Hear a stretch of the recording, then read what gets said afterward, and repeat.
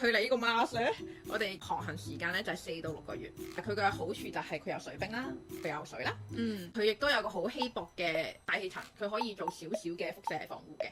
佢嗰個重力咧就係地球嘅38%啦。長期喺上面生存咧，係要做一啲重力嘅設施，等我哋可以唔會肌肉萎縮啦，亦都唔會心臟有問題啦，同埋骨質疏鬆嘅。用如果最短距離嘅話咧，大概40日我哋就可以飛到去火星啦。每26個月咧就有一個最佳嘅飛行時機。咁所以呢個都係人類探索嘅一個方向啦。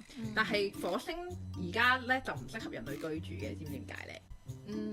有好多技術性嘅難題。佢最大嘅難題咧就係佢嘅大氣層太過於稀薄啦。大氣層太過於稀薄嘅時候咧，咁佢氣壓都會好低啦。佢嘅氣壓大概係地球嘅6%，即係話我哋如果上面唔着任何防護裝置嘅話咧，我哋就會變成一個氣球爆炸啦，啲眼耳口鼻飛咗出嚟啦。